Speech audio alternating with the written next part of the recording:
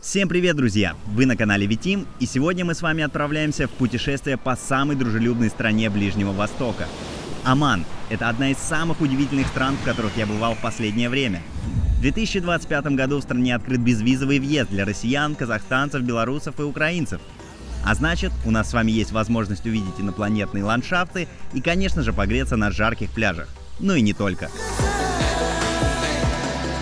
В этом выпуске мы с вами проедем через всю страну, увидим настоящие оазисы и финиковые плантации, поговорим о ценах и способах передвижения, узнаем, как живут женщины в этой арабской стране и постараемся добраться до места, где пустыня встречается с морем. А еще покажем то, что точно заставит вас задуматься о приезде в Оман.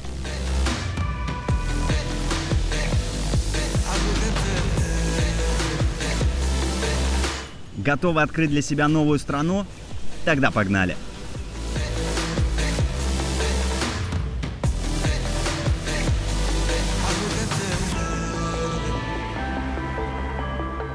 Сразу поговорим о плюсах Омана. Ну, во-первых, здесь действует бесплатная виза для россиян и жителей Казахстана, что очень удобно. Здесь есть теплое море со снорклингом и дайвингом, а прямой перелет из Москвы занимает всего 9 часов, и зачастую сюда летят хорошие авиалинии, такие как Etihad, Qatar или Oman Airlines. Ну и путешествовать по стране достаточно просто, потому что здесь развитая экономика, а значит нет проблем с питанием, нет проблем с арендой автомобиля, всегда есть топливо, кстати, по нормальной цене. А еще здесь практически в каждом маленьком городе есть хорошая кофейня. А еще говорят, что в стране совсем нет преступности и очень много скрытых мест, которые мы вам сегодня покажем. Но давайте все по порядку. Долететь из России до Омана очень просто, и билеты обычно стоят от $180 в одну сторону, то есть иногда можно слетать туда-обратно примерно за 400 баксов. Цены в отелях стартуют от $30. Так, мы, например, каждый день останавливались в новом месте. Но прежде чем мы покажем, какие номера сдаются в местных гостиницах, давайте быстро проясним момент с сим-картой, обменом валют и транспортом. Передвигаться по Оману можно исключительно на автомобиле, и поэтому на население примерно в 5 миллионов человек в стране зарегистрировано 1 750 000 транспортных средств.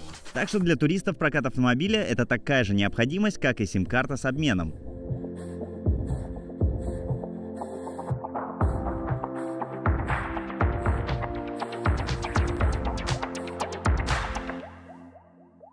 Арендовать авто можно заранее онлайн или прямо в аэропорту. Небольшую Toyota Yaris можно снять за $35–40, но поверьте, в Омане нужно брать что-то посерьезней. Позже вы поймете почему. Так что за полноприводный автомобиль придется выложить около $100–120 в сутки. В обоих случаях с вас удержит залог. В общем, учитывая еще и бензин, на передвижение надо закладывать серьезную монету. Аэропорт Маската встречает тишиной. Сразу, когда выходишь, здесь очень тихо, очень спокойная атмосфера. Ну и в целом аэропорт устроен очень удобно. Здесь есть все, что нужно туристу, который только прилетел. Здесь сразу же можно найти сервис для аренды автомобилей. Очень много разных известных брендов, где можно арендовать автомобиль по выгодным ценам, по адекватным ценам, я бы сказал. И тут же можно купить сим-карту. Тоже несколько разных брендов. Ну, самый популярный Vodafone, я думаю, все о нем слышали. Как оказалось, у Vodafone самый выгодный тариф, по крайней мере, из тех, что были представлены здесь в аэропорту. Мы отдали 5 реалов. А это $13 за пакет в 35 гигабайт интернета. Его мы будем использовать на 2 телефона. Какая жара! Здесь прямо сауна. На самом деле лето не самое лучшее время для того, чтобы посещать эту страну. Лучшее время осень, весна. Хотя я слышала, что на юге страны, в Салале, куда мы доберемся обязательно, там сейчас будет прям интересный сезон. Какие-то особые ветра туда придут, и поэтому будет приятно. А здесь прямо парилочка.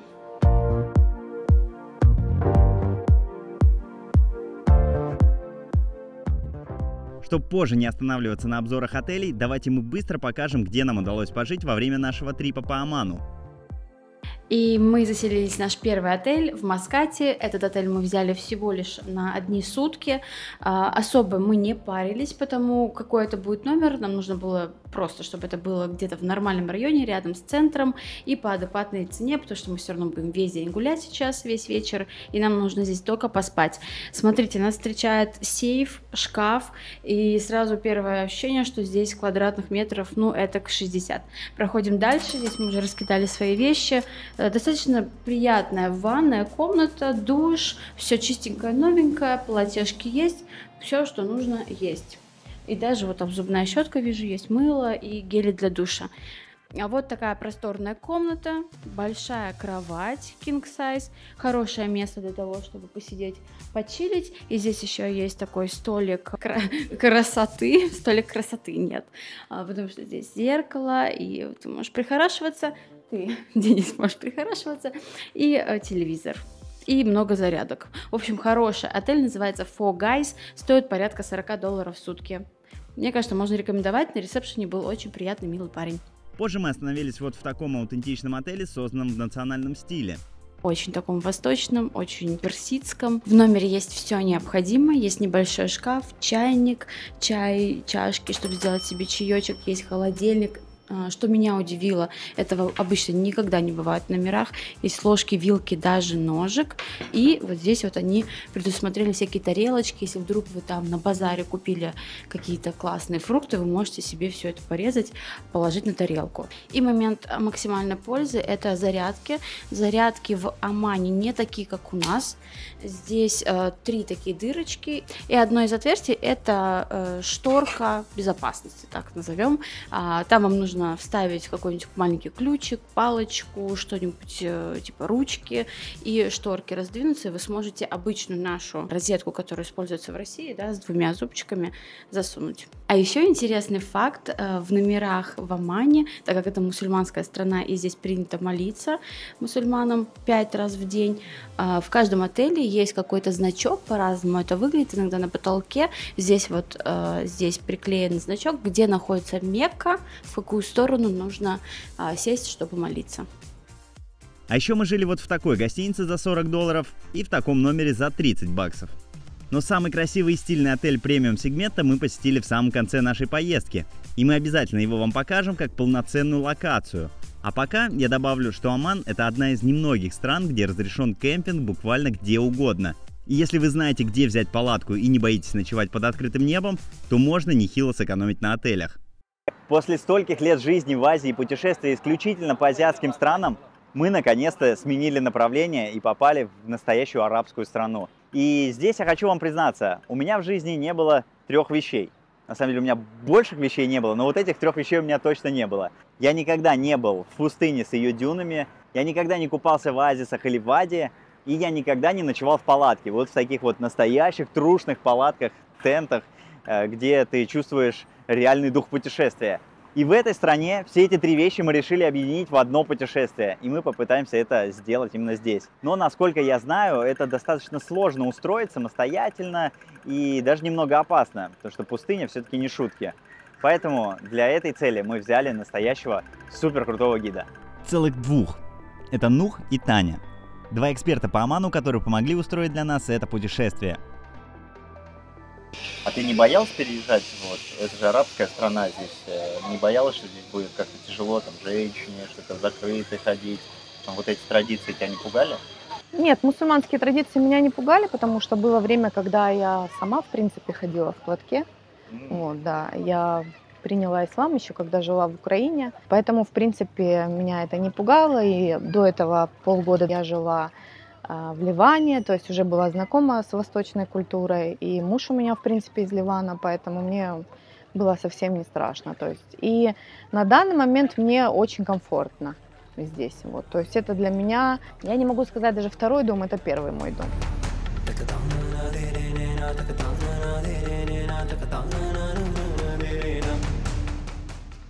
Наша поездка началась со столицы Омана, с города Маскат, где сейчас живет Таня. И как нам показалось, Маскат — это слишком спокойный город, чтобы тратить на него много времени. Здесь есть пара набережных, где местные жители купаются, гуляют по вечерам, занимаются спортом и играют в футбол. Есть большой оперный театр, старый район с фортами и самая главная достопримечательность города — мечеть Султана Кабуса. Об этом человеке стоит поговорить отдельно. Он пришел к власти в 1970 году, свергнув не кого-либо, а собственного отца. Ему, к слову, было всего лишь 30 лет, то есть примерно столько же, сколько и мне на момент выхода этого видео. Молодой правитель начал проводить существенные реформы и полностью изменил ситуацию в стране. Вот несколько фактов. Султан Кабус запустил первую радиостанцию в 1970 году, вещающую на английском языке. 5 лет спустя появилось телевидение, а еще через год в стране стала развиваться спутниковая связь. До его прихода к власти в стране было всего 10 километров асфальтированных дорог, 3 школы и 1 больница на всю страну. Уже через 10 лет в Омане было 12 тысяч километров асфальта, 363 школы и 28 больниц. А в 2007 году количество учебных заведений выросло до более чем 1000. Но самое главное изменение коснулось женщин. Султан Кабус ввел всеобщее образование, и к 2007 доля девочек-школьников достигла 49%. Женщины получили право голосовать и участвовать в выборах 1994 года. Basic Law в 1996 году закрепил гендерное равенство. В 2003 году первой женщине был дан министерский пост. К 2022 году женщинам принадлежало больше 30% занятости. С 1984 года женская грамотность выросла с 16% до 65% и выше на данный момент.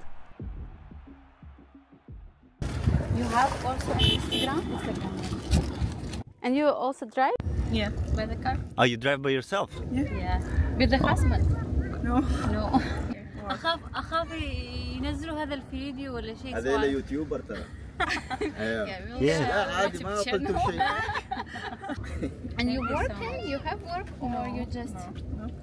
You also not work? I'm work. Work where? Yeah. Social media.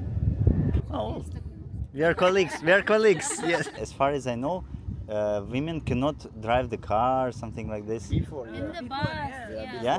But now it's. Everywhere, yeah? But Okay. dangerous when you see in Saudi Arabia, Yeah. women driving car, run away far. Yeah. It's also old information, I think. No, I think they drive well. Yeah? Thank you so much. Thank you. Bye. Thank you. Yeah. Сейчас местные девушки спокойно передвигаются по стране и за ее пределы, учатся, ходят в торговые центры, в общем, могут вести вполне себе нормальную жизнь. А вот что касательно экономического развития. Ну и как во всех арабских странах, главную роль в экономике играет нефть, запасы которой в султанате весьма значительны, хотя и не так велики, как в Саудовской Аравии. Основная часть нефтедобывающих и нефтеперерабатывающих предприятий находится в личной собственности султана и приносит ему ежегодно десятки миллиардов долларов дохода. Однако Кабус отказался от вложения этих денег в экономику западных стран или от строительства предприятий тяжелой индустрии. Полученные от продажи нефти средства он пустил на создание мощной инфраструктуры, на повышение жизненного уровня населения, а также на создание предприятий по добыче других полезных ископаемых – меди, хрома, угля и асбеста. В настоящее время образование и здравоохранение для всех оманцев бесплатно. Жилье также практически бесплатное. Всем гражданам предоставляется беспроцентный заем на покупку собственных домов, а проценты банкам выплачивает государство. Короче, Султан Кабус здесь настоящая легенда, и в честь него названы больницы, шоссе, театр, университет и десятки мечетей. Но самая главная мечеть, она же и самая большая мечеть в стране, находится в столице. Света сразу же не прошла фейс-контроль, дресс-код не прокатит. Свету попросили даже закрыть щиколотки, видите, носочки сказали одеть, а то слишком развратно. В этой мечети у нас 2 зала. Один зал женский, один зал мужской, так как мужчины и женщины молятся отдельно. В женском зале помещается всего 750 молящихся женщин, а в мужском зале 6500. То есть мы сейчас с вами пройдем, посмотрим сначала женский зал и потом зайдем в мужской зал. Откуда вот это идет, что волосы должны быть прикрыты? Вообще написано в Коране о том, чтобы не показывать красоту женщины мужчинам, только своему мужу. Вот, не только волосы, а там есть понятие такое аурат, то есть это полностью закрывать все свое тело. А женщины приходят вот сами по себе, без мужчин, в мечеть местная? Или они все-таки это как... Могут приходить, но почему здесь всего 750 мест, а там 6500? Потому что в исламе женщина не обязательно должна молиться в мечети. Мужчина желательно, даже считается обязательно, он должен молиться в мечети. С правой ноги, да, в мечеть нужно заходить. Женщины дома радуются, молятся. Им не нужно ездить. Ля иляха илля Аллах Мухаммад Расуль Аллах, нет Бога, кроме Аллаха, и Мухаммед его пророк. Вот. Ну и основные суры, которыми, в принципе, люди молятся.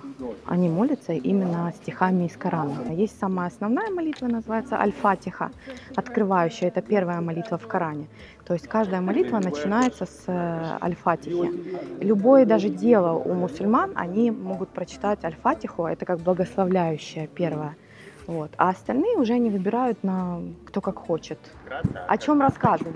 Ну вот в христианстве история, допустим, Авраам, Моисей, Иисус, так же самое и в исламе. У них в Коране рассказываются те же самые истории, но они немножко по-другому. Допустим, Иисус – это пророк Божий в Коране, которого не распяли, вот, но он пришел на эту землю для того, чтобы вот людям вещать благую весть. Пророк Мухаммед, последний пророк в исламе, он слышал глас Божий, потом впоследствии записывал весь этот Коран. То есть, если в Библии это пересказ многих пророков, то здесь только от пророка Мухаммеда.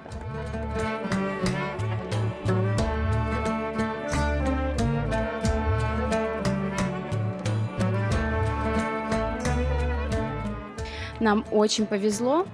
Точнее, нам повезло и не повезло. Мы приехали летом, это не сезон и очень жарко, но при этом, смотрите, основная достопримечательность Маската, она встречает нас абсолютно пустая, все для нас, все эти потрясающие, роскошные экстерьеры этой мечети, никого нет, можно делать потрясающие кадры, но...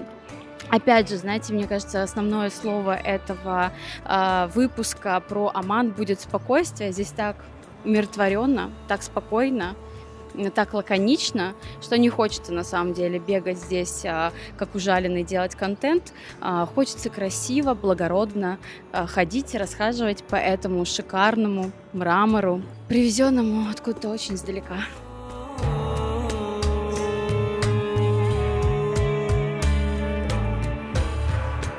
Так как Оман все-таки решил развивать туризм, да и в целом здесь всегда так было, что любой человек, неважно какой ты религии, ты можешь зайти вот в эту мечеть с 8 утра до 11, то есть момент, когда здесь нет мусульман, которые молятся, у которых вот эти дневные молитвы, а их у них, между прочим, 5. То есть одна рано утром, а потом еще 4 в течение дня. И вот после 11 часов уже туристам нельзя будет сюда зайти. Так что имейте в виду, что если вы захотите посетить эту мечеть, она в целом стоит того, чтобы ее посетить, вам нужно это сделать до 11 утра.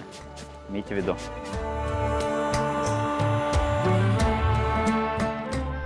Побывав в Маскате, нельзя не упомянуть о главной мечети города и, пожалуй, самом старом магазине в стране, который находится на центральном рынке.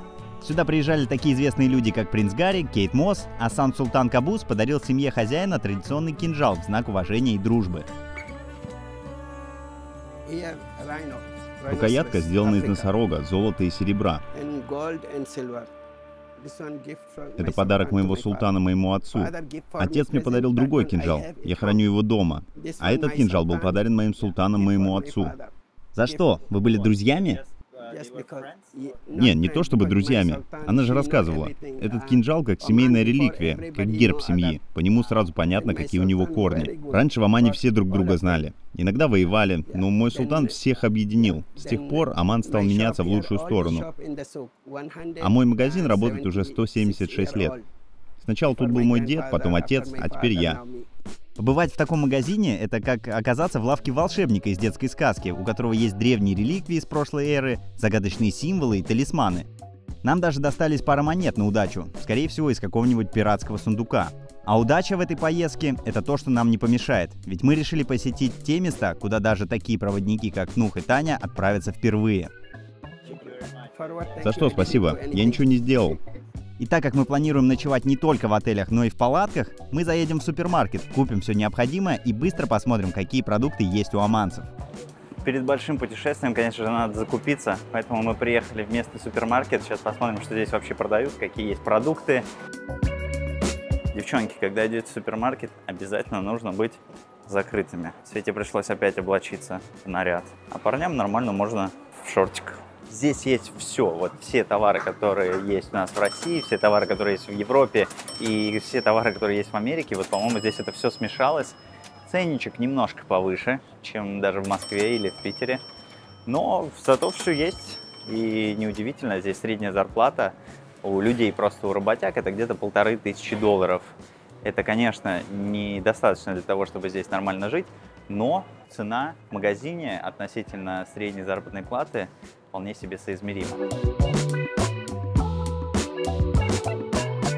Все нормально? Отлично. Только приехали. Yeah, the first day. Вот и все, что, на мой взгляд, стоит сделать в Маскате. Но далеко не все, чем может удивить Оман. Мы запрыгиваем в наш полноприводный автомобиль и отправляемся к югу от столицы, где я впервые в жизни смогу увидеть настоящий оазис.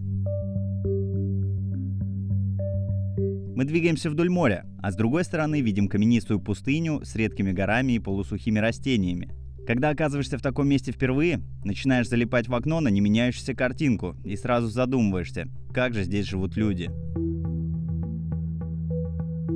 А вот еще одна точка, которая меня очень сильно удивила. Вот как думаете, что это такое, что это за груда камней позади меня находится?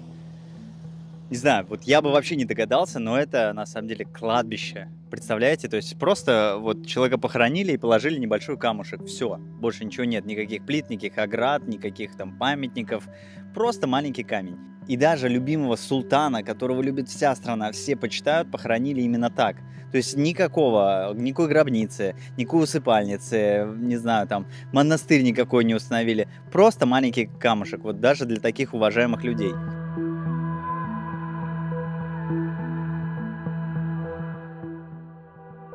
Оказывается, многие населенные пункты сосредоточены вокруг русел рек, которые здесь называют вади. Часто вади могут быть пересохшими и наполняться только в период дождей, после чего такие скопления обеспечивают людей запасами для питья, сельского хозяйства и даже развлечений. Разница между вади и оазисом небольшая, но все-таки есть. В оазисах, в отличие от вади, вода поступает прямо из-под земли и может не заканчиваться веками, а наполненность вади зависит исключительно от дождей.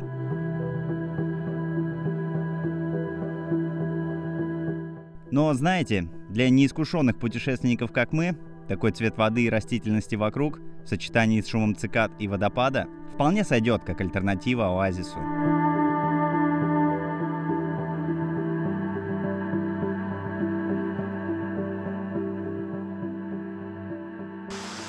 Ну все, капец, кто же знал, что здесь нужно будет только плыть, то есть здесь нет вариантов даже вброд пройти. Я думал, здесь можно будет пройти вброд. Нет, все, ты прыгаешь в воду, смотрите, весь мокрый. Хорошо, что у нас есть непроницаемый чехол, хотя бы телефону удалось спасти. Я не знаю, что там с дроном сейчас. Надеюсь, вода в дрон не попала, и мы не замочили всю технику. Ну, это такой экстрим, ребят. Если вы не готовы к экстриму, можно выбрать вади полегче, попроще, где не надо вот такие вот проходить испытания. Ну, а для тех, кто любит экстрим, вот это то, что надо. Хотя после нескольких часов пути, сидя в машине, каждый из вас будет рад подвигаться, полазать по скалам, попрыгать в воду и вдоволь насладиться прохладой вади.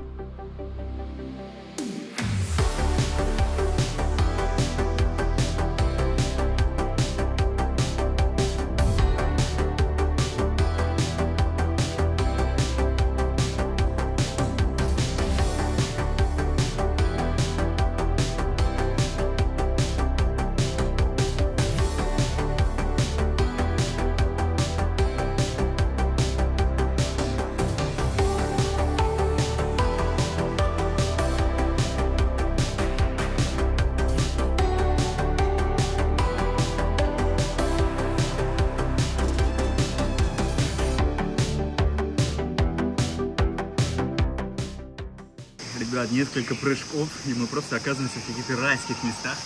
Как скала света, это место просто подходит для съемки какого-то фильма. Если бы я был каким-нибудь директором фильма, я бы обязательно снял бы здесь очередную серию Лары Крофт или Индиана Джонса, что-то такое. Очень круто.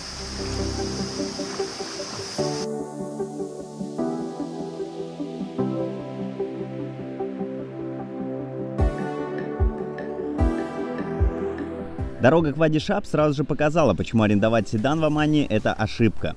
Иногда подъемы и спуски на нашем пути были такие крутые, что создавалось впечатление, что наш Land Cruiser не справится с очередной горкой даже у подъезда к деревне.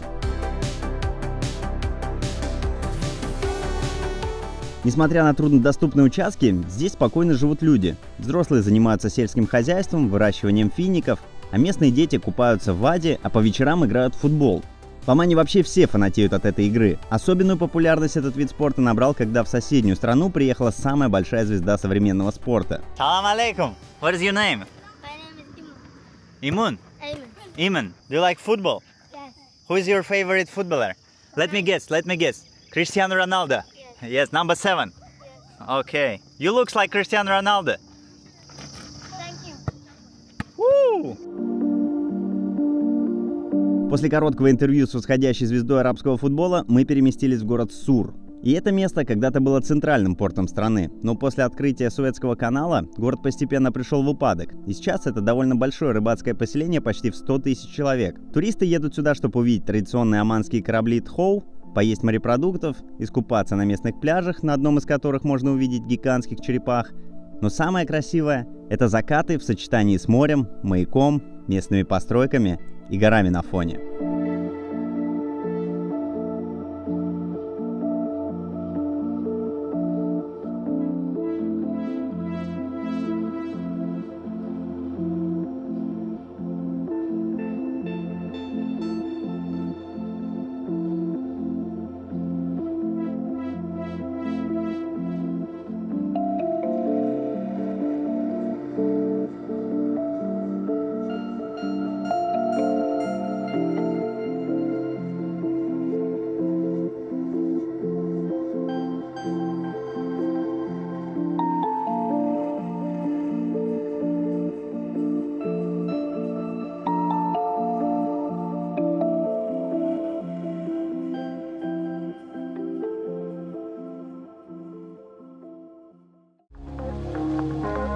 Следующее утро мы встречаем в городе Низва, древней столице Омана.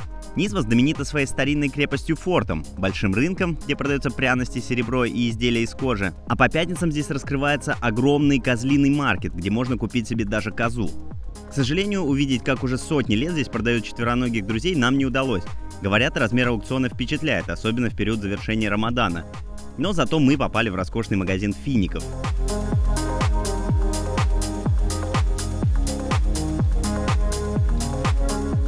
Мы пришли сейчас на рынок, и что здесь удивляет, это тишина и чистота. Особенно после азиатских рынков. Здесь даже кажется немножко так пустовато, и тихо, спокойно.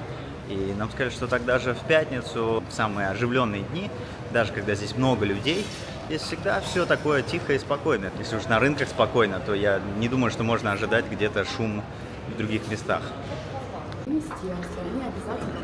Разные сорта фиников. Также они сделаны там где-то с кардамоном, где-то с какой-то ореховой помазкой. В Омане очень любят есть финики с кунжутной пастой. Ого. Мы сейчас там вот присядем, потом попробуем. Вот он кунжут, да? Да, кунжут, но именно в прикуску с кунжутной пастой. Я знаю только вот такие финики, они мои самые любимые, когда вот такие темненькие, жирненькие, крупные. А когда такие тухленькие, светленькие, я не люблю. Но здесь есть с кунжутом, уже заметила, что есть с джинджером, это имбирь. И, наверное, еще много чего другого. Сейчас попробую такой. Здесь кофе наливают. Тоже люблю такой плотный, прям отличный, качественный финик. 2 таких с кофе съел, и все, идеально. Ну, это финиковый бутик, реально, посмотри. Слышишь, как здесь пахнет. Здесь кофе наливают бесплатно. Я уже, кстати, заказал кофеечек. Вот, попробовать финики обязательно нужно, и как можно больше. Стать экспертом в финиках. Я вначале предположила, что они наполовину закрывают финик, поэтому созревает только одна часть. Но нас поправила, Таня сказала, что нет, просто финик начинает созревать вот с головы, можно сказать, а попка остается еще не зрелой. И получается такой вот эффект, что здесь прямо сочно, готовенько, а тут прям так хрустящие и немножко вяжет даже, да? Ну да, терпкая. Интересно, как, смотри, такая ровная линия. Ну да, прям ровная линия, да, очень. Обязательно надо попробовать. Это очень... Это новый взгляд на финики. Когда я сестре сказала, что здесь страна фиников, и здесь сколько, 20-40 видов фиников? 40 видов фиников, она сказала, что сейчас в Инстаграме, запрещенной в Российской Федерации сети, тренд на то, чтобы есть финики со сливочным маслом и солью. Но это все фигня. Вот надо с чем есть. С кунжутной пастой. Тахини очень топчик, да? Молодой финик, эта тема. Он мягкий, он прямо из вот таких вот сухофруктов, даже не знаю, больше как фрукт, просто свежий, такой сочный фрукт. Это очень вкусно. Ну, еще просто как какое-то яблоко, знаете, трескается, просто хрустящее. Хрустящий финик. Потрясающе. Финики в оманской культуре – это не просто еда, но и важнейший элемент в жизни и экономике страны. В Омане растет более 8 миллионов финиковых пальм, что позволяет производить больше 350 тысяч тонн лакомства. Так что, куда бы мы ни шли, повсюду видим разбросанные плоды. В Омане финики традиционно подают гостям с арабским кофе, как символ гостеприимства. А в священный месяц Рамадан первая еда для ифтара у большинства жителей – это финики и вода, по примеру пророка Мухаммеда. То есть после целого дня голодания первое, что многие здесь едят, это сырые или сушеные финики.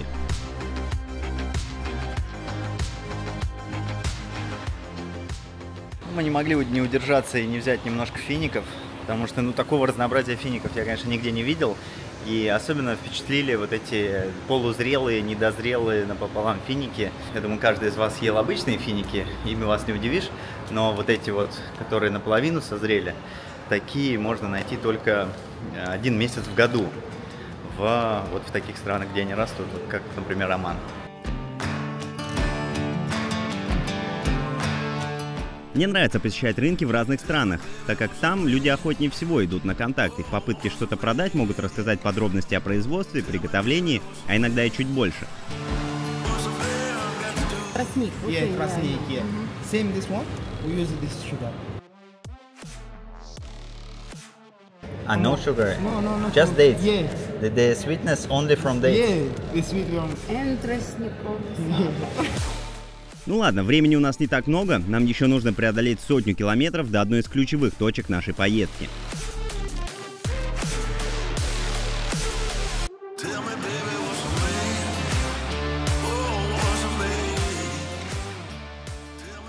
У Омана и США есть одна общая достопримечательность, которая для многих является самым впечатляющим местом всей жизни.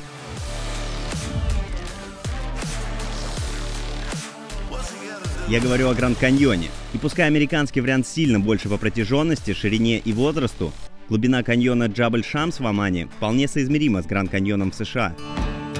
Увидев такие пейзажи впервые, я, если честно, потерял до речи и не мог поверить, что следующую ночь мы должны провести на вершине каньона. Но сначала мы захотели увидеть, что скрывается внутри этих массивов, поэтому несколько километров пробираемся на автомобиле по каменистой дороге, где с каждой минутой путь становится все уже.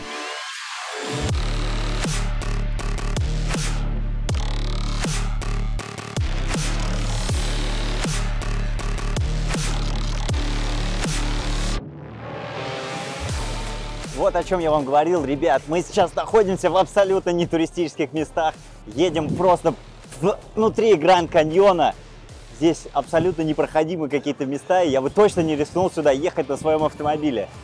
Даже на арендованном. Вообще за рулем здесь ехать точно не хочется. Но какие виды, какие виды. И кажется, здесь мы будем сегодня ночевать.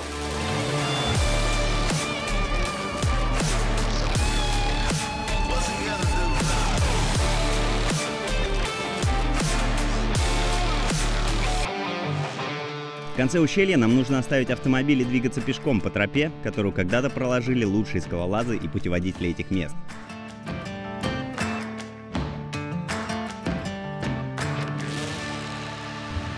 Слава Богу. В детстве у моей бабушки были козы, и рано утром мы выпускали их в горы. Ага. Если до заката козы не вернулись, ты должен пойти и вернуть их. И не возвращайся без коз. Да, ты не будешь спать дома. И родители знали всех коз. Даже если одна не вернулась, ты пойдешь ее искать. И, конечно, здесь везде горы. Поэтому мы много времени проводили в таких местах. Так красиво, просто чувствуешь себя такой маленькой песчинкой. Представляете, какие мы маленькие букашки по сравнению с просто масштабами этих гор. Минус всех этих красивых мест в том, что ты везде застреваешь, везде хочешь что-то снять, рассказать, посмотреть. И в итоге, кажется, мы немножко идем не по таймингу. Сегодня Нас ждет невероятный опыт кемпинга в каньоне. И, естественно, кемпинг нам надо разбить до темна. И вот интересно, успеем мы или не успеем. Нужно поторапливаться. А впереди еще часа 2 хайкинга. Во время дождей здесь вода просто скапливается, стекает по скалам, вот, и вади наполняется водой. Когда мы идем в вади, всегда обычно проверяем погоду, потому что в ваде находиться во время дождя очень опасно. Оно ручьем, просто течением может смывать. Были разные истории. И погибали ребята тоже внутри вади из-за дождей. Если хайкинг, то только чтобы вот такой красивый был. На такое я согласна, хотя я терпеть не могу хайкинг. Я не могу поверить, что такая красота у меня сейчас вот на мониторе. Мне кажется, я вижу змею. Is it snake on the tree? No, that one tree. Офигеть. Вообще нельзя туда смотреть. Ну ладно, если падать, там вот здесь остановишься. Утешающая информация. Если повезет, ну хотя камни такие здесь острые, такие, ну это камни, короче. Да, голова и все, ваша расколется.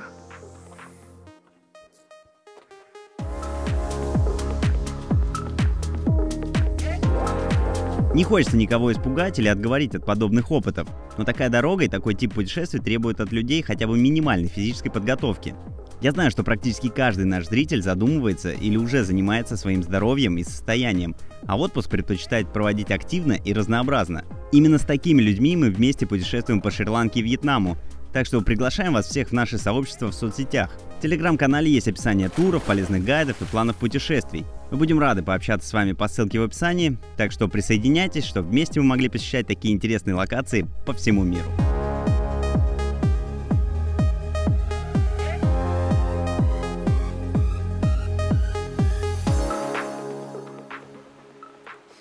Мне кажется, в мире осталось не так много мест, куда можно вот так забраться, зайти и провести время абсолютно без других людей, в полном одиночестве, уединении, побыть наедине со своими мыслями, просто посозерцать. Про такие места в основном знают только те, кто живет здесь, потому что в путеводителях их нет, кто бы их туда указал. Блогеры до таких мест не доходят, потому что это не так просто. Такие места не так просто внести в какой-то маршрут. Зачастую до него нужно ехать долго, карабкаться куда-то, идти долго по уединенному ущелью. Но в конце, когда ты оказываешься в таких местах, действительно понимаешь, ради чего стоит путешествовать. Невероятная красота. И это только начало нашего путешествия. Я когда думаю, что это второй день, а эмоции уже через край. И Оман показывается нам с таких разных сторон, такой удивительный. И мы по секрету знаем, что нас ждет еще впереди. Так, чуть-чуть подглядели. И это вау. Как бы хватило эмоций на все это. А теперь надо быстро паковаться и бежать к машине. А это еще где-то час пути хайкинга. И пытаться успеть все-таки до заката, до того, как солнце уйдет, успеть раскинуть наши палатки.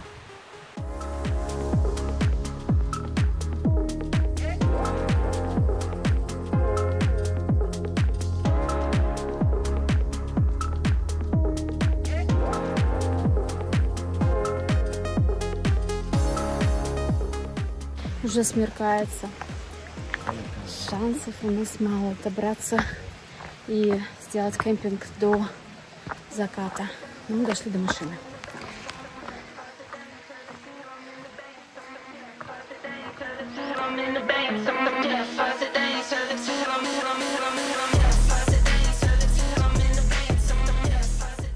Обратный путь из каньона и на его вершину оказался не менее увлекательный, чем внутрь. Здесь местные жители устраивают настоящие гонки на квадроциклах и байках.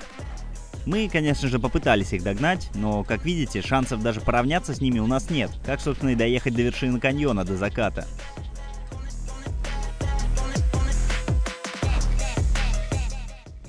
Этой ночью я впервые в жизни раскладываю палатку, готовлю ужин на огне, и мы со Светой уже предвкушаем утро и тот вид, который нас ждет.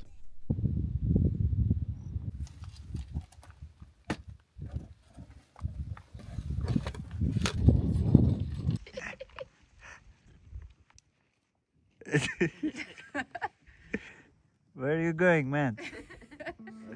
Хочешь мешкать? Фантастика просто. Опять же, я никогда не хотела кемпинга, но такой кемпинг, здрасте, я готова.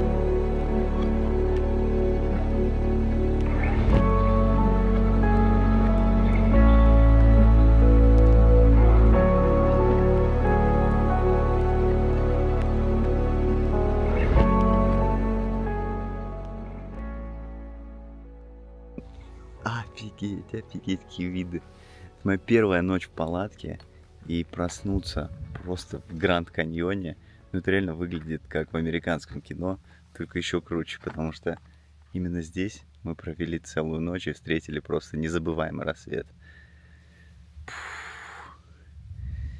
Интересно, что каньон настолько огромный, что у меня не получается его снять с дрона, потому что как бы я его ни снимал, он все равно не помещается в камеру, в объектив, и кажется, что это просто какие-то фотообои, и он такой большой, что движение дрона все равно незаметно, то есть кажется, что картинка статична. Но я надеюсь, у меня получится хоть что-то вам передать.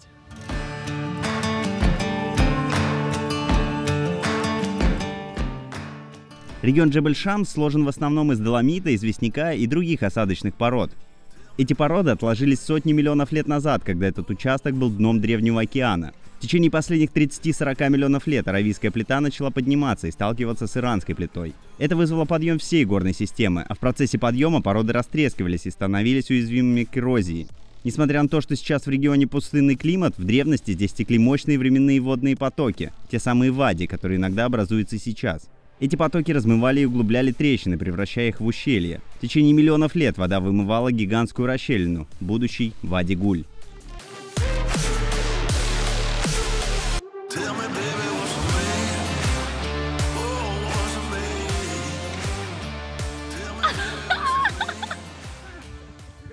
Так как я в кемпинге вообще ничего не понимаю и, конечно же, не знаю, как правильно укладывать вот эти все штуки наверх, на крышу, Нух дает нам небольшой мастер-класс, как это правильно делать. Оказывается, нужно подушки положить в начало, потому что если мы будем ехать и, соответственно, будет дуть сильный ветер, эта вся конструкция может улететь. В общем, такие всякие нюансы узнаешь во время подобных путешествий. Кто бы мог подумать, что важно именно в какой последовательности ты сложишь эти вещи на крышу. Обязательно собираем мусор, даже маленькие всякие такие штучки, все должно быть убрано. После себя не оставляем никакого следа. Как приехали, так и уезжаем.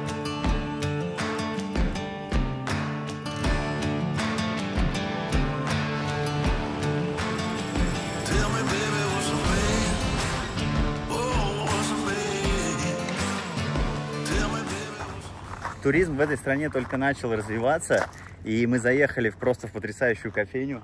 Смотрите, здесь с видом на Гранд Каньон.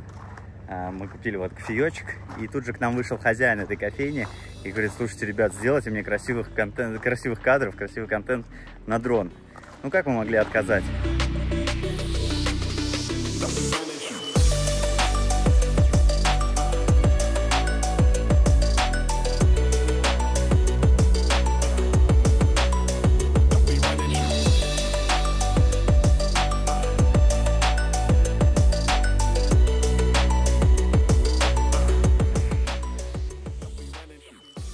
Неподалеку от каньона находится одна деревня, которая как нельзя лучше показывает эпоху до правления султана Кабуса.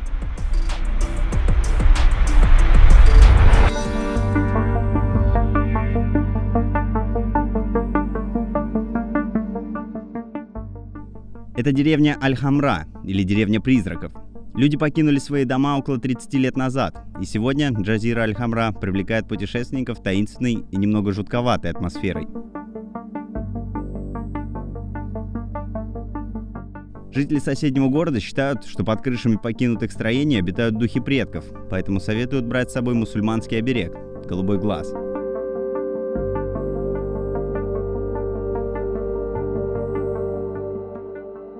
Прогуливаясь по песчаным улицам заброшенной деревушки, можно узнать много интересного о жизни людей ушедшей эпохи.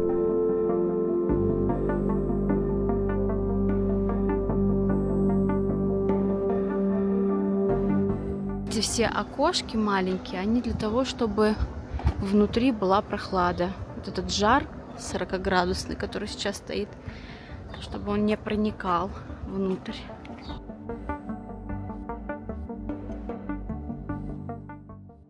Дальше нам предстоит большой переезд через пустыню Аль-Хукф. Это малообжитая каменистая часть Омана с редкими заправками и военными контрольно-пропускными пунктами. Мы продолжаем двигаться через всю страну, и я могу сказать, что я, опять же, никогда не чувствовал такую жару. Здесь действительно 44, иногда 48 градусов, под 50 градусов. Переносится эта жара легче, чем на Шри-Ланке или легче, чем во Вьетнаме. Как вы видите, я сухой. В других странах это, конечно, даже 30 градусов, ты уже весь течешь. Сейчас нам нужно проехать еще 4 часа и успеть доехать до заката, до нашей следующей точки. И это место, поверьте мне, точно разорвет каждого.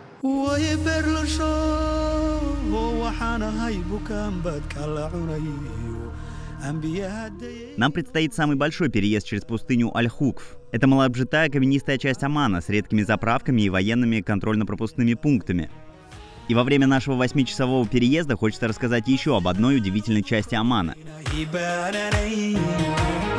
До приезда в страну я знал только то, что здесь не подают свинину, так как это мусульманская страна. А вот чем питаются в султанате, я даже не задумывался.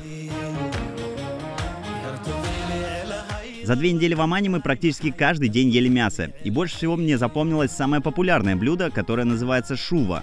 Для приготовления используют мясо ягненка, козы или говядину, которую готовят в течение 6 часов в специальной огромной яме на медленном огне. Во время кемпинга Нух приготовил для нас шашлык по-омански, который здесь называют мишкак. Это мясо верблюда, хотя на вкус его сложно отличить от говядины. Также мы пробовали местный напиток карак-чай. Это крепкий черный чай с молоком и специями, такими как кардамон, гвоздика и имбирь.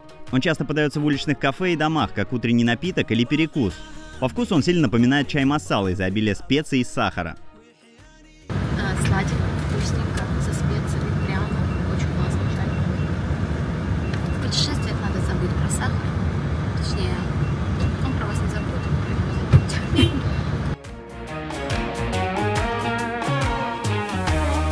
Мы старались пробовать все блюда, которые встречались в пути. Лепешки, хумус, баба-гануш и, конечно же, рис. Рис — это вообще основа оманской кухни. И помимо разнообразия вкусов, нас очень удивили цены в заведениях. По примеру Арабских Эмиратов, мы ожидали увидеть совсем другие цифры в счетах, но были приятно удивлены количеством мясных блюд по разумным ценам. Еда — это еще одна причина посетить Оман. Мы заказали еду, и нам принесли вот такие вот сладкие шарики. Я видела, что это традиционный десерт. Нам рассказывали об этом ребята, но мы еще не пробовали. Так вот вышло, сегодня последний вечер, и вот пробуем этот десерт. Это очень вкусно, честно.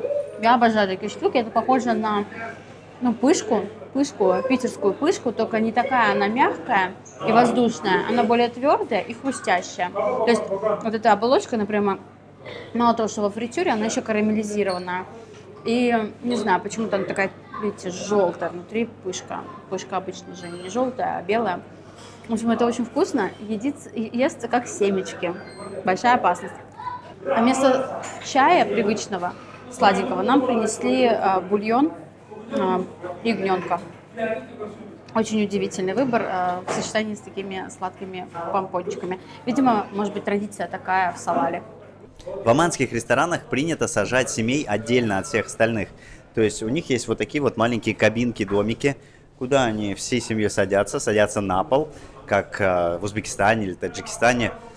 Садятся на пол, и туда официант просто заходит, стучится перед этим и сервирует уже еду. То есть они сидят там в кругу своей семьи им никто другой не мешает.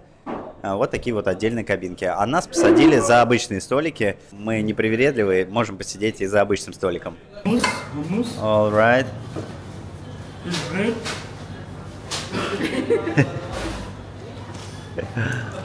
Okay, thank you very much. 2,4 реала, 2,8 реала и что-то там за колу. То есть весь этот ужин обойдется в $15.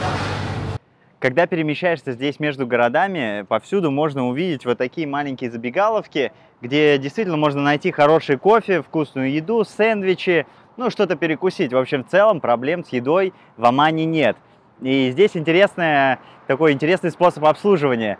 Просто машина подъезжает вот так вот, как мы, можно посигналить, оттуда выходит официант, принимает заказ, и потом тебе выносят уже готовое. То есть такой вот вариант МакАвто. Это для того, чтобы вы просто не выходили из машины, потому что 50 градусов жары, ну это прям очень жестко.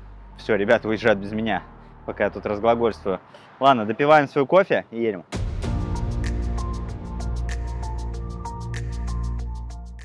Мы продолжаем движение через пустыню Аль-Хукф на юг страны, в город Салала. Но перед тем, как отправиться во второй по населению город Омана, мы хотим найти и посетить одну из самых красивых точек на побережье.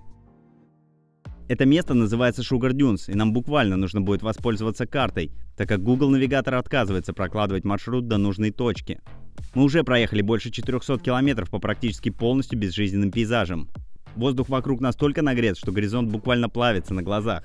Если съехать с трассы на пару километров в неверном направлении, то ветер быстро заметает следы и найти путь будет практически невозможно. Я не знаю, как люди умудряются выживать в таких условиях. Казалось бы, безжизненная пустыня, мы едем несколько сотен километров, здесь практически ничего нет, просто камни и песок, ничего. Но иногда нам встречаются туалеты in the middle of nowhere, но самое интересное, что иногда мы видим небольшие пастбища верблюдов. 1-2 верблюда и маленький домик. Посреди пустыни ничего нет, ни магазинов, никакой инфраструктуры. Там просто живут люди. Мы спросили у нашего гида, как же они выживают, что они делают. И оказывается, что всем их обеспечивает верблюд. То есть верблюжье молоко, я не знаю, верблюжье мясо. Может быть, иногда они ездят в магазин, закупаются. В общем, просто проживают свою жизнь с верблюдами. Мы думаем, кто же выбирает такую жизнь? Оказывается, это люди, которые закончили свою карьеру, например, были военными. Они вышли на пенсию, уехали в пустыню со своим верблюдом, здесь так и живут. Конечно, удивительно. Можете себе такое представить?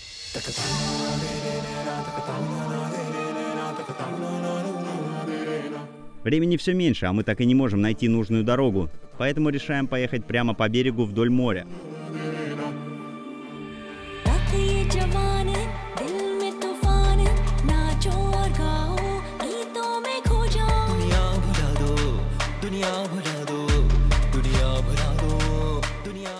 В общем, какие-то мистические Sugar Dunes у нас на пути встретились. Мы их ищем, но это оказалось не так просто. В комментариях на Google картах люди конкретно не пишут, как они нашли, только пишут о том, что нужна классная машина, 4-приводная и так далее. Но никаких подробностей, как вообще доехать, куда ехать. Поэтому сложно. Вот мы, когда снимаем наши выпуски, находим какие-то интересные места с особенностями того, как их найти, мы пишем комментарии очень подробно, иногда прям оставляем координаты локации, там, где оставить байк, где проехать, куда повернуть, прямо в комментариях на Google картах, чтобы дальше люди спокойно находили, не тратили время. Но я таких комментариев не нашла по поводу этой локации, поэтому мы все еще ищем. Солнце уже предательски опускается, но, наверное, полчаса у нас точно есть для того, чтобы это место найти. И мы мчим на огромной скорости по пляжу. Я такого еще никогда не делала, если честно. Это стрёмно. Это стрёмно еще по той причине, что очень сильно и быстро меняются такие моменты, как прилив и отлив. И если начнется прилив, то хз, что будет с этой дорогой и где мы застрянем. И мы уже шутим, что брать надо побольше воды. Кто его знает, как закончится этот вечер.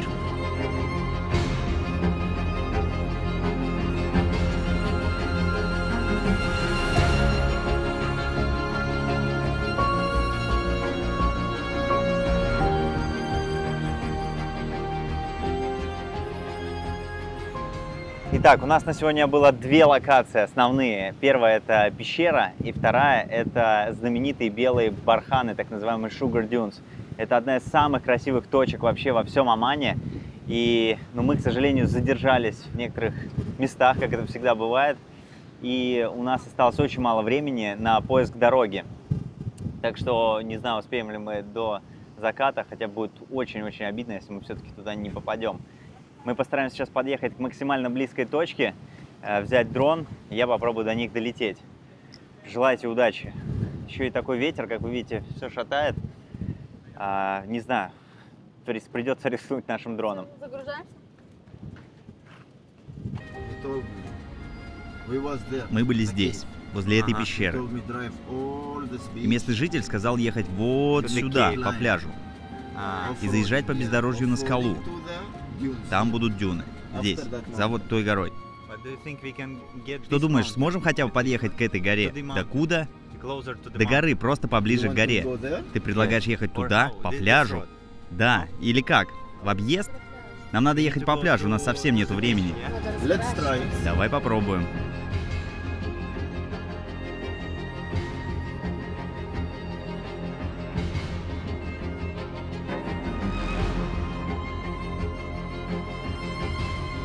В общем, немножко паника на борту, конечно, потому что солнце не ждет, оно садится.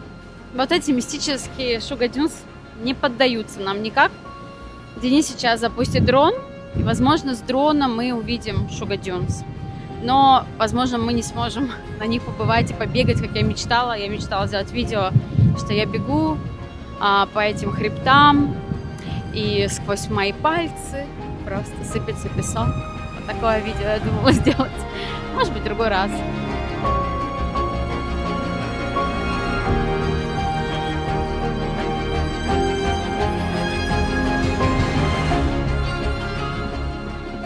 No dunes. Нет дюн. Денис говорит, что дюн там нет. Хотя мы спросили у местных, они сказали вот ехать сюда. Грустненько. Очень жаль, ведь это была одна из ключевых целей нашей поездки. И, видимо, в этот раз нам не суждено увидеть место встречи дюн и Аравийского моря. Прилив может перекрыть путь обратно, и мы рискуем застрять в неизвестном месте на всю ночь. Поэтому мы решаем ехать дальше.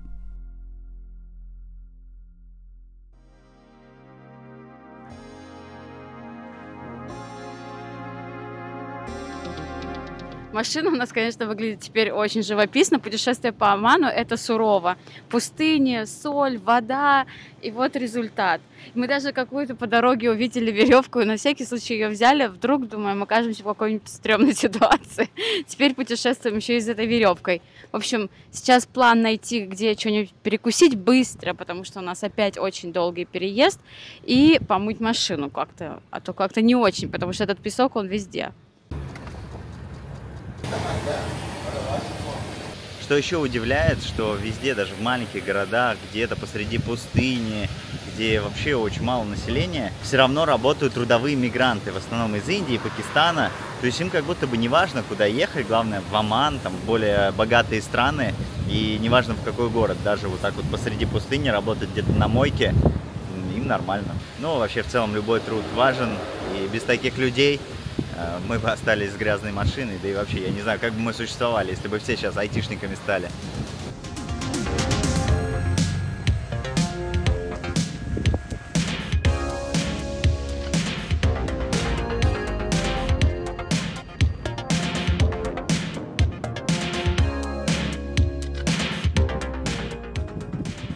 Сейчас в машине мы обсуждали момент, какая же опасная на самом деле пустыня. Хочется сказать, не шутите с пустынями, потому что получается, что здесь так много песка, такие сильные ветра, вот даже сейчас меня сдувает.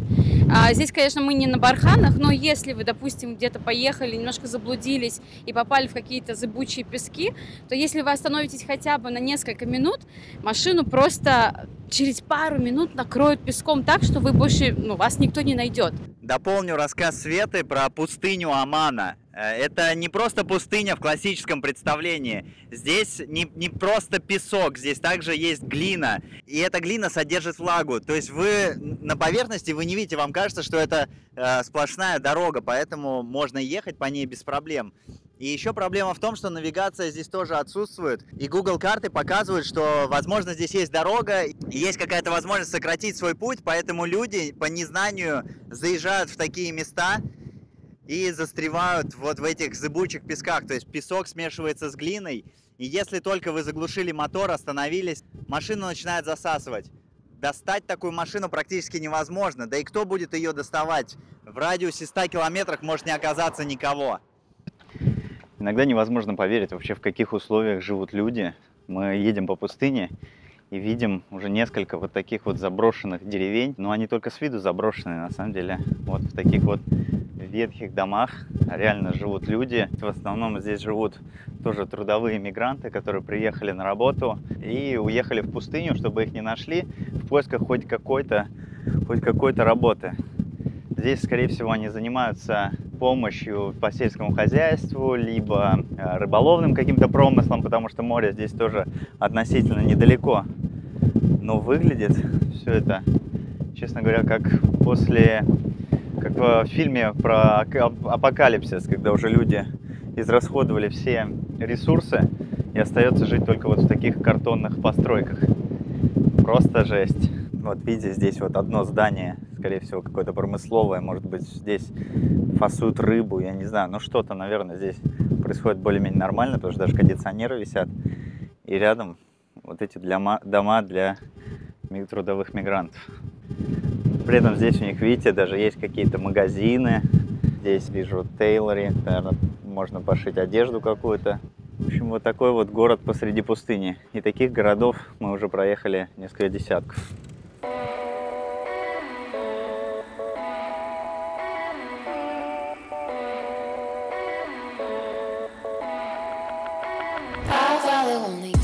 Доехав уже практически до Салалы, безжизненная пустыня закончилась, и количество интересных мест стало вновь возрастать. Сначала мы увидели нефтяные сооружения, почему-то их нам тоже очень хотелось найти во время поездки по Оману. Потом забрались на высоченное плато и 30 минут залипали на виды многослойных скал и бушующего моря.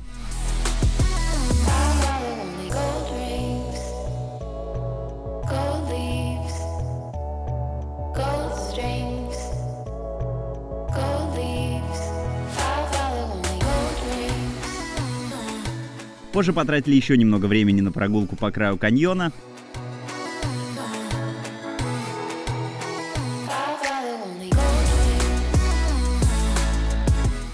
А затем зависли в безлюдном ваде. Долго наблюдали за природой, верблюдами и даже учились с ними общаться.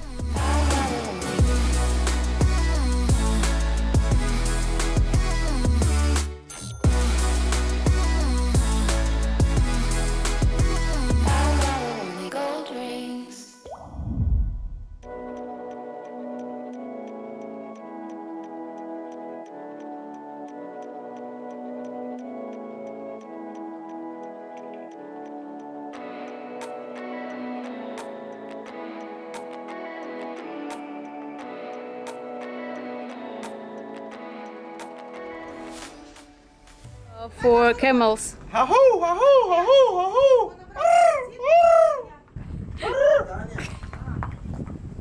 Again?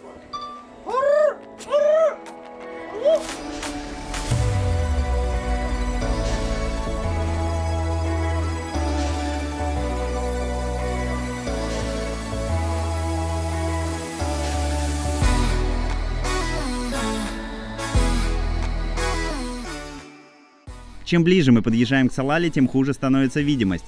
Туман все больше окутывает пространство, а мелкий дождь не оставляет мне шансов для съемки красивых кадров с дрона. Поэтому мы решаем поужинать и переночевать прямо на пляже и надеемся, что завтра погода хоть немного улучшится.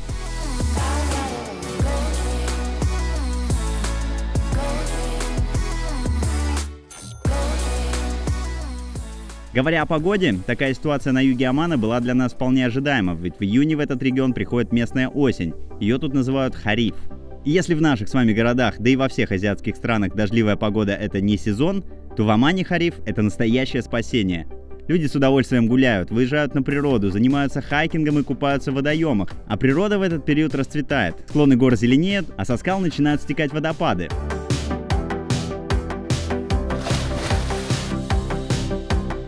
В это время на полках рынков увеличивается количество фруктов. Саусеп, джекфрут, папайя, несколько сортов бананов, маракуйя и другие малоизвестные. Так что если соберетесь в Оман, сможете вдоволь наесться тропических плодов.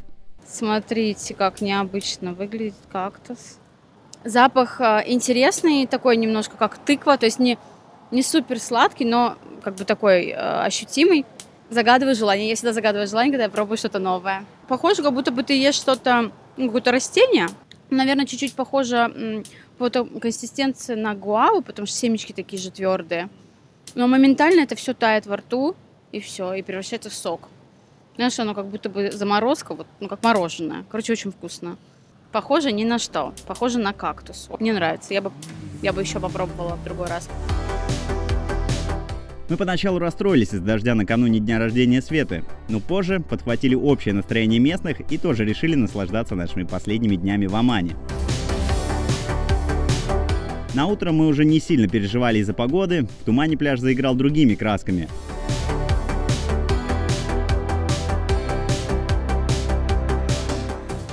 Мы вкусно позавтракали и поехали кормить верблюдов.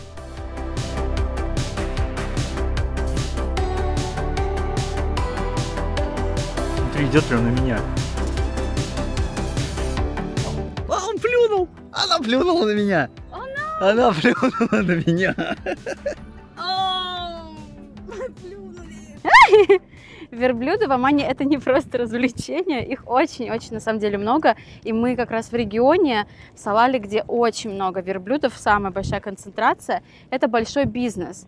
Верблюд — это вам и молоко, и скачки, и, естественно, мясо. Верблюды сами по себе гуляют по пустыне. Кажется, что они свободны. На самом деле они, конечно, не свободны. Каждый верблюд имеет хозяина. И вот здесь вот видите, вшито либо сим-карта, либо GPS-навигатор. Иногда это просто поставлено клеймо, которое закрепляет каждого верблюда за своим хозяином. Вообще верблюды проходят 30-40 километров в день по пустыням, иногда ходят по дорогам, иногда могут попадать всякие неприятности, может случиться, не дай бог, авария или еще что-то, поэтому каждый верблюд помечен, и если что, да, хозяин разбирается потом или находит верблюда, который куда-то ушел далеко, а по идее они должны гулять весь день и потом возвращаться к себе домой, спать, отдыхать и потом дальше опять гулять. В общем, такие удивительные существа ходят всегда компанией. Когда ходят, они на самом деле ходят медленно, спокойно, расслабленно, а бегают они очень быстро, мы это уже видели.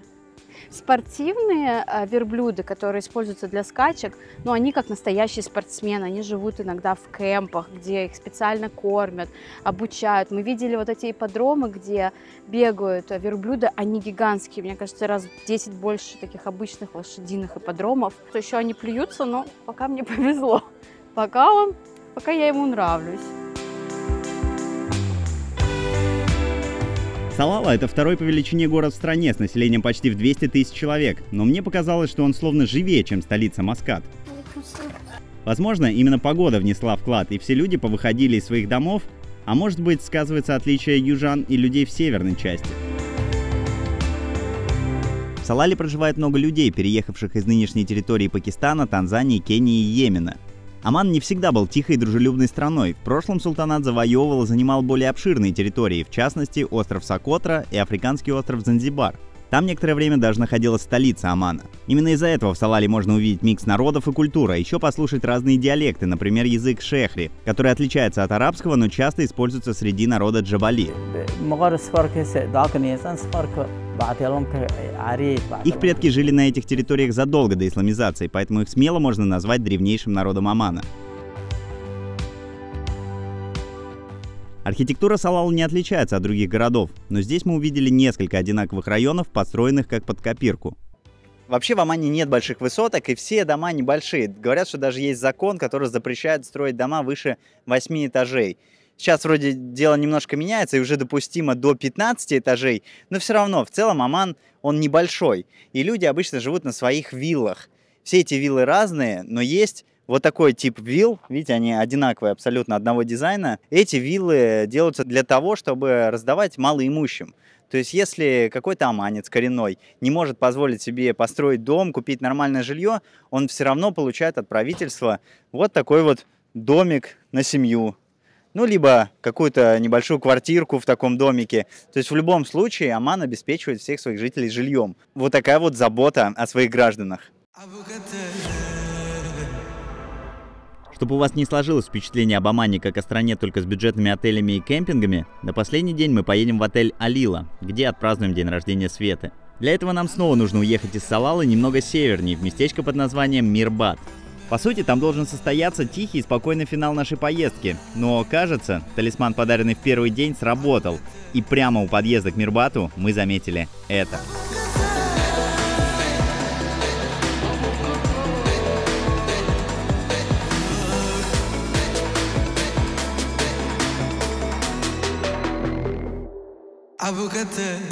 Ребята, я так хотела оказаться в этом месте, где пустыня встречается с морем.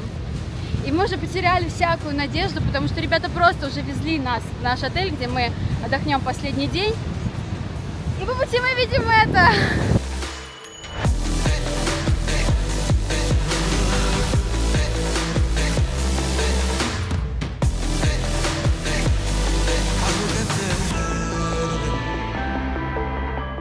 Честно, мы уже не ожидали увидеть что-то подобное. Мы больше часа бегали по дюнам и снимали киношные кадры. Анух решил показать мастер-класс по оманскому дрифту, но мы уже говорили, что с пустынями лучше не шутить.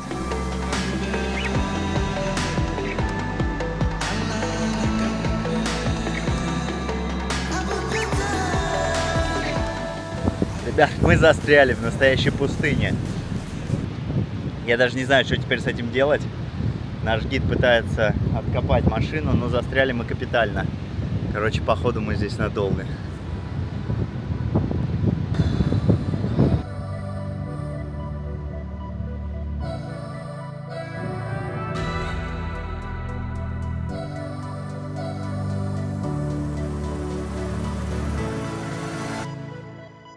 Опыт гида и наша дружная команда позволили вытащить авто и добраться до потрясающего отеля на краю земли. После такого долгого путешествия это то, что надо. Мы выбрались, это оказалось легче, чем мне казалось. Я думал, что мы тут застрянем до самой ночи и просто умрем в этой пустыне, но нет. Нам повезло. Спасибо нашему водителю, он знает, как из таких ситуаций выходить. Ладно, поехали дальше. Отель Алила, расположенный между Аравийским морем и горами Дафар, является одним из лучших в Омане. Общая площадь резорта 45 гектаров, и чтобы передвигаться по территории, можно заказать гольф-кар. Мы же с удовольствием обошли все уголки этого стильного места пешком, вкусно поужинали, потренировались и отметили день рождения с кофе и чизкейком.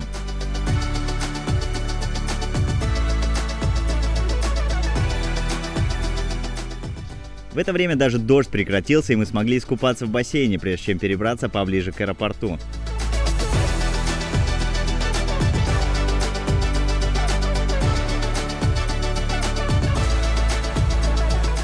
Здесь, к слову, уже больше отелей, а цены немного выше, чем в других регионах. Прямо перед вылетом мы заселились в отель Салала Гарден, где внимательный персонал еще раз поздравил Свету и пожелал поскорее вернуться в Оман.